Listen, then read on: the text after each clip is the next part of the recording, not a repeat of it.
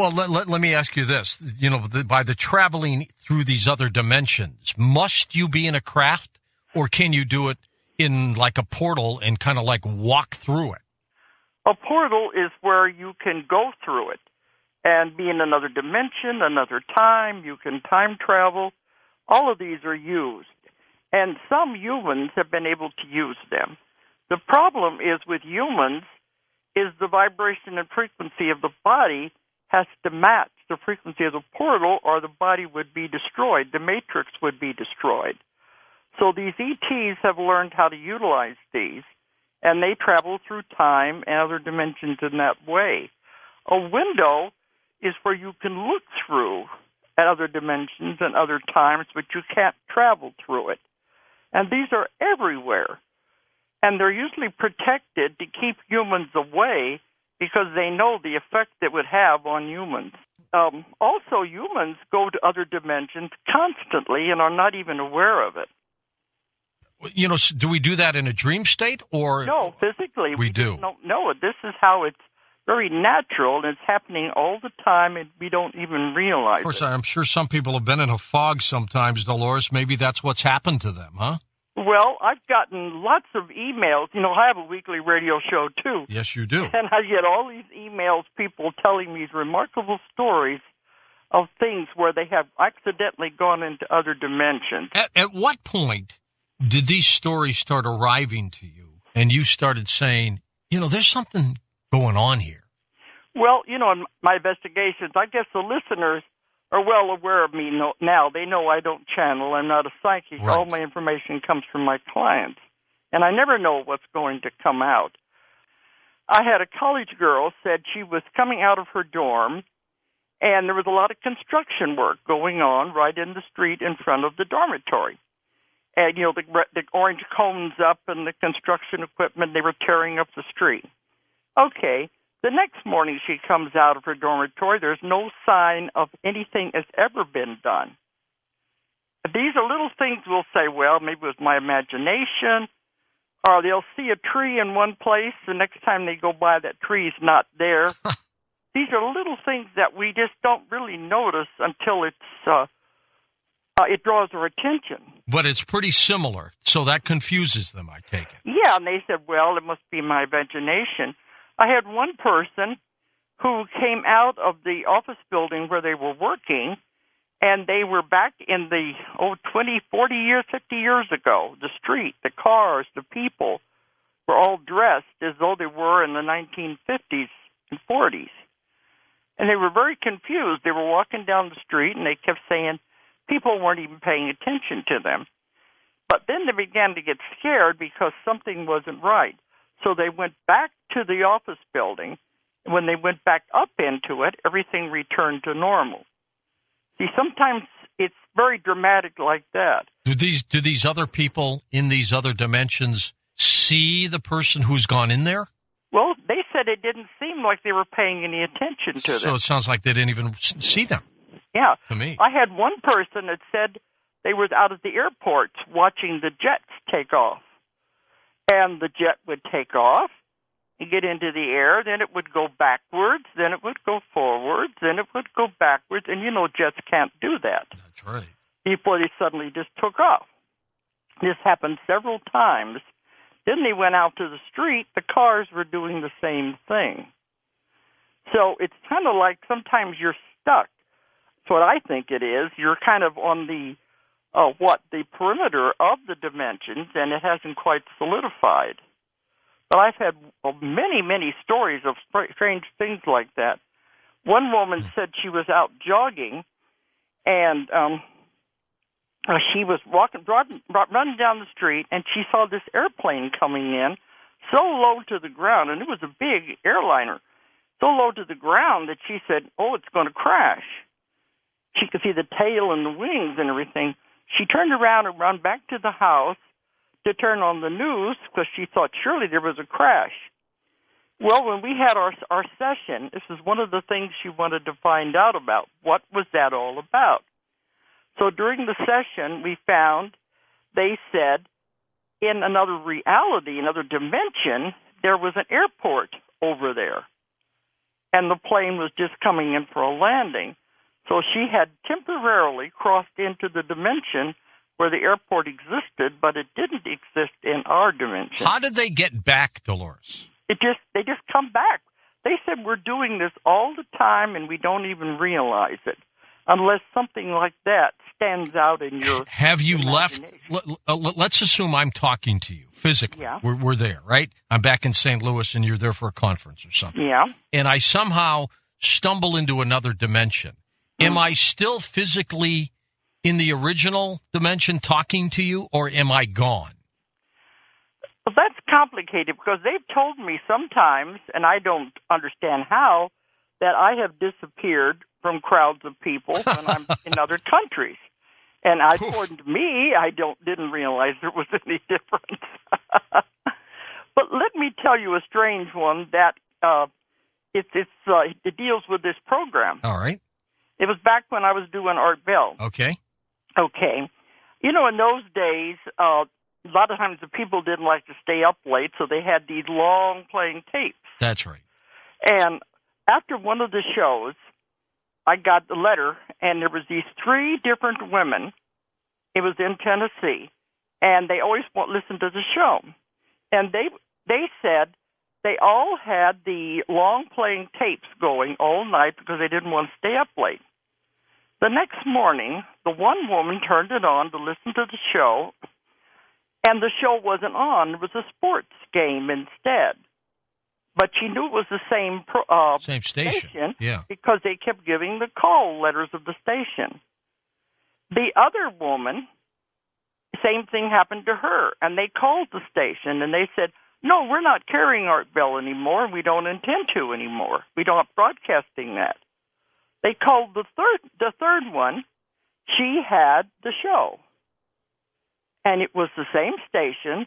One got it, and the others didn't. So in another dimension, they had the show, and another they didn't. Yeah, because they said, we've got to we can prove it to you. We can bring you the tapes. And it was about a couple of weeks later, I was giving a lecture in Tennessee. They all showed up. And they said, we had to come and tell you this really happened. That's a and they great were story. older women. There was no reason for them to lie. And they said, we have the tapes to prove the show just did not exist for those 2 women. I hope now in all dimensions, Dolores, we exist. I and hope we're there. it is broadcasting everywhere. Everywhere. Well, that's what I mean, the strange things that happen, and we chalk it up to, well, that's weird, you know. You know, we talk a lot about shadow people. I'm always convinced that they've come from another dimension, and they may or may not know that they're here in ours. Is that possible? Yes, I've had many cases with my clients. One said she remembered waking up in the middle of the night, and she could have sworn that her father and her brother were arguing right in the front room. She could hear them loud and clear, but they couldn't have been there. They was in their own house. And when we asked about that, they said she had slipped into another dimension where that was happening. This is what people don't realize. We are existing in many, many places at the same time. Is this something we should be afraid of, Dolores? It's natural. There's no way you can stop it. It's a natural phenomenon. What are you going to do about it? We're just finding out because I think now we're more curious. We want to know answers. Or before we just brush it off as, well, that's unusual. Well, you know, scientists are beginning to learn a little more about dark matter, dark energy. Yeah. Who's to say that this isn't all tied together? It is all tied together. All of it is. But I know people have these strange experiences, but they just because they remember it. Otherwise, well, I'll give you a weird example. They said, you know how sometimes you'll walk into a room and you stop for a minute, you forget what you went in there to get. Yeah. And then you turn around and you go back and then you remember. And you remember go back in again. Yeah, you go back and find whatever it was you were looking for. And they said in that fraction of a second, you have gone into another dimension and come back. Interesting. So how can you stop something like that? You have talked about, in Convoluted Universe, 3 waves of people you call volunteers. Explain that. Well, I've found that the ETs are the ones who have created life on Earth. And they've been watching over us since the beginning of time. Okay. And when life was created on Earth, they just did every step of it all the way. And when life was created, they said, let's give this beautiful planet a creature with free will and see what he does with it. And then they also said, by the way, we're the only planet in the universe that has free will. I've had a lot of my subjects go to other planets in past lives where there is no free will. And believe me, they couldn't wait to get out of there. It's not as good as you think it is. But we were given free will to see what we were going to do with it. But also there was another directive. It's the Prime Directive.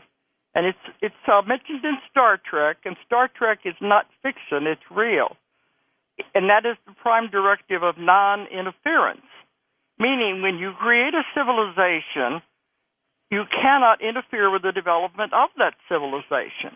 They just have to watch. That's why many of the ETs are called the Watchers. They've been watching us from the beginning of time and just shaking their head, what are these silly kids doing now? Yet some people have said, Dolores, if, for example, somebody launched a nuke, they'd get involved. They'd do something. Yes, they've been seen around sites. That's what I'm leading up to. Okay, yeah. Go ahead.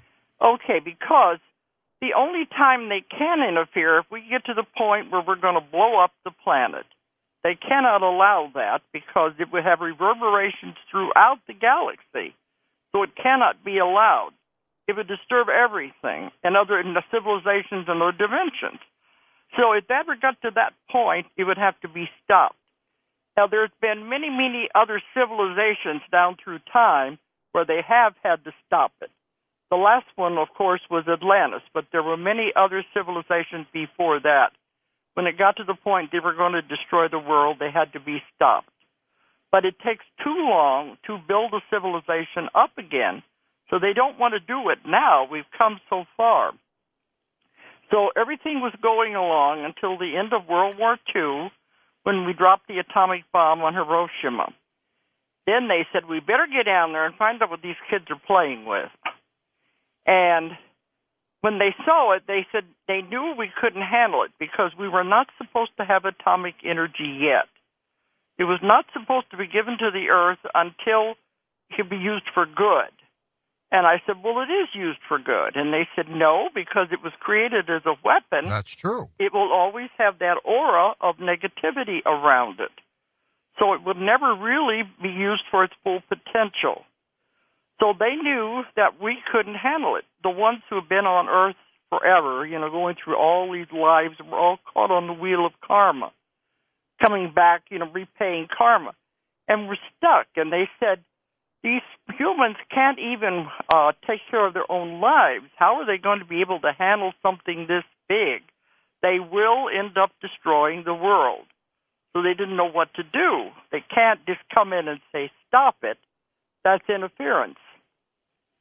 So there are councils over everything. And there's rules and regulations that govern everything. So everything is really in order out there, whether you think it is or not. So they went back to the council, and they said, what are we going to do? We can't interfere. And they came up with a plan that I think is absolutely brilliant. Okay, what is that? They said, we can't interfere from the outside, but what if we influence from the inside? What if we put out a call for volunteers, pure souls who have never been to Earth, who have never been contaminated with karma, who are fresh and pure? What if we ask those kind of souls to come in and bring the energy necessary to help the Earth? To bring a little change. Yeah, because they knew we were going into the new Earth when everything is going to be different if we didn't blow ourselves up. So they said, let's ask for volunteers to come. Then we aren't interfering. They are agreeing to come and help the Earth in the time it's needed. So they put out the call.